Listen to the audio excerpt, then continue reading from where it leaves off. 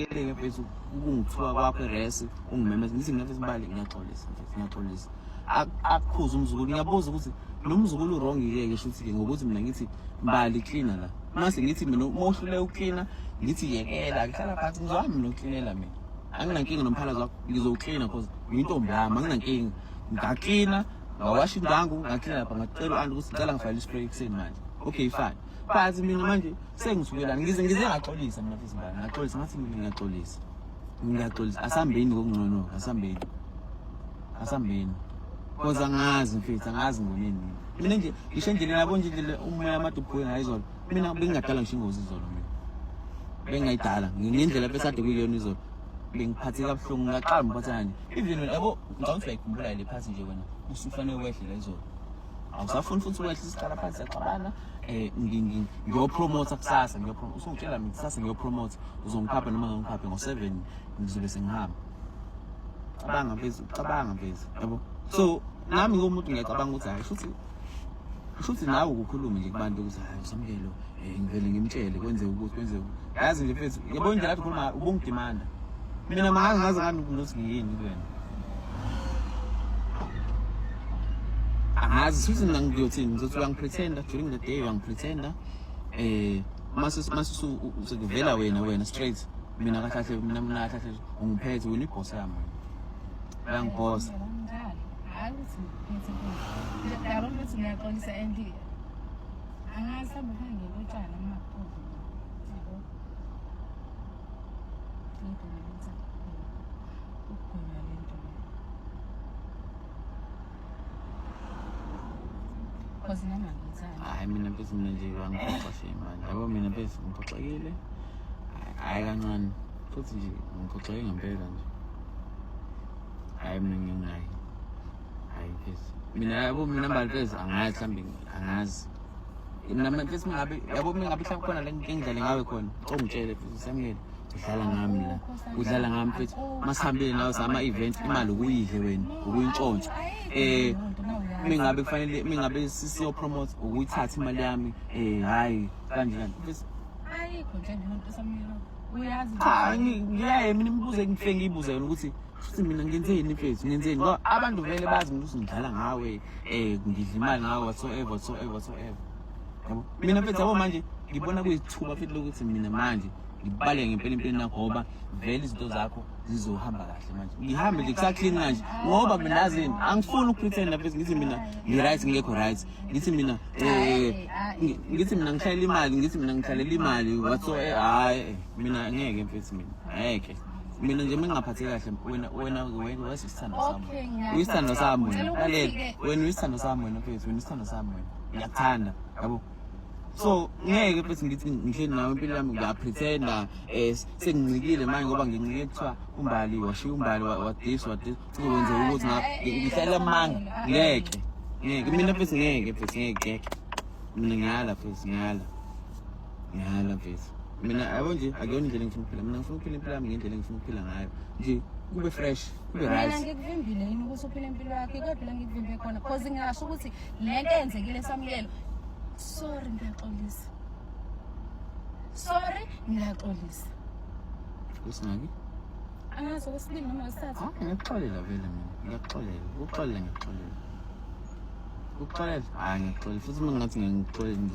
ngizonjani ngizozona mina ngene umuntu ozonda abantu angizondani yabo mina ngisazozona mina ngisazozona ngizondelwa wena yabo and iphethe yazi ukuthi ngibukile ngabo ngathi uNkulunkulu uyangithanda ngoba uNkulunkulu ezinye izinto uyawazi usangivezele zona ungakabi deep kakhulu yabo manje mina ngisiqalekise usho njalo ngithi mina uNkulunkulu uyawazi ukuthi uNkulunkulu ngikho yabo mfethu mina ngingase kube ngalala nawe sesiqabene manje senzala yabo nje ngicabangele igama lami lelo mfethu uzoma kuba ngathi samkelala nale ngalezi aqeda ishiya kanjani mina mfethu ohle ngiwobani laba igengeni angazi ngala noyedwa wabo futhi uqinisile anoyedwa wabo ngisho ngahamba babuze manje ngoba ngenxa ukuthi mina ngiyahlonipha mfethu nami ngiyaqhanyelwa ngumuntu ngiyaqhanyelwa nibahle nonke niyahle ngiyabhonyelwa nami fine but mfethu ngiyazibamba ngenxa ukuthi igama lami mfethu igama lami angifuna ngolodwa usuku kodwa ngiyacela mfethu ngiyacela mhlawumbe isipinde sizame makuthi ke manje yabo manje ngicela umthetho okugcina yabo masam ila khona zoba deep khona next time sisixabene nawe yobuya ngathi angithi sobe singalali nje angithi asilali samukelo vele manje indaba yini inkinga wena samukelo inkinga yakho siyalala yena ngithi asilali vele manje yini ezobe iba deep kakhulu because thina sokuqhubeka ngayo and ngisho ukuthi ngiyayizwa into oyisho ngizozama ukushintsha indlela engenza ngayo uma ngithanda ngizokuthandazela samukelo lo because angithandi ukuthi iyeke lento angithandi mina ngiyathanda angazi mina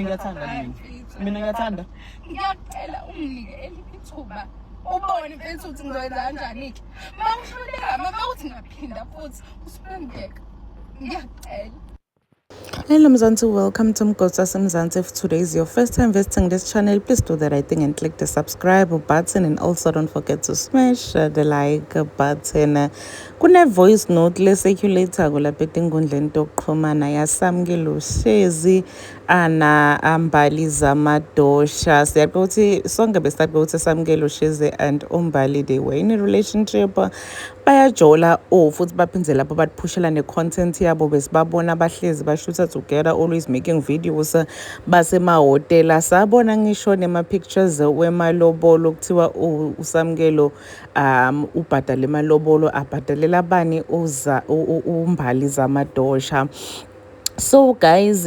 bahlukene siyathi ukuthi bahlukene, both of them baconfirmile ukuthi bahlukene lapha enkundleni yokuxhumana nalo usola lomunye. Yesterday ngibukele i-podcast la bekunaZamadosha khona ana Matthew lani bathi baya co-hosta, but kuleya episode uMatthew bekabuta uZamadosha ama-questions about the relationship yakhe naSamkelo, washo ukuthi vele Samkelo kudzala user for i-content abakase bashaye ngisho itlof futhi nje kulomnyaka wonke lo la bekathi bayadate khona uSamkelo abakase bashaye itlof futhi whenever they were together kuhleze kunabo cameraman baSamkelo always taking i-content. Lokusho kona ukuthi mfana indobe kanenzaba nayo leya bekade efonela yona kuZamadosha i-content kuphela. Uthi ngabe umtshele iqiniso ukuthi sasuka ukuthi mina nawe sidishayela nje i-content ngitholele i-boyfriend nami ngidendela indoda yami yenza into zakho nami ngenza into zami. So umfana uqambe mangakuMbali aloku into ngathi uyamthanda kani mfana uyaqoqa ukuthi yena uphushela i-content ngagele uthi bebangendeti indoda abantu labathandzanako but ebantwini into angazuthi bayathandzana. Uthi ngisho nemalobolo lesa wabona ama-pictures circulator lapha enkundleni yokuxhumana uthi Mbali bekuyi-Hong Kong yemalobolo lokwana kahle bebangamloboli kuMbali. Hey guys, yabona lo mfana bathi ngisamukelo nge-content hleza ayuza amantombazane. It's not the first time isibona into lefana nalesi. Yakhumbula ke wena into yakhe ukuthi yena unesithembu she's dating, like he's dating two girls. Abemfana bekatendela i-content wasuka kulawo mantombazane wangena kuMbali. Mbali uyasho ukuthi uyafisa ukuthi ngathi Samkelo ngaphinza ngasayendi lento la yende kuye because kubhlu ukuthi when you invest emotions zakho ama-feelings zakho emuntwini thinking ukuthi you guys are in a relationship but anjolo ukuthi uspende more money kuSamkelo amthengela tinto. Simvile nje akhuluma ku-podcast yakhona guys, lo mfana lona nkosi yami bekamdlala njena kuMbali Zamadosha, like bekamdlala i-podcast liyana guys. Uma uyibukela ivesana buhlungu ngendlela lesimanga uze wakhala guys uMbali. I am sending her love and light. Please do comment what you think below down on the comment section. Mina nawe sidobonana next time. I'm signing out. Goodbye.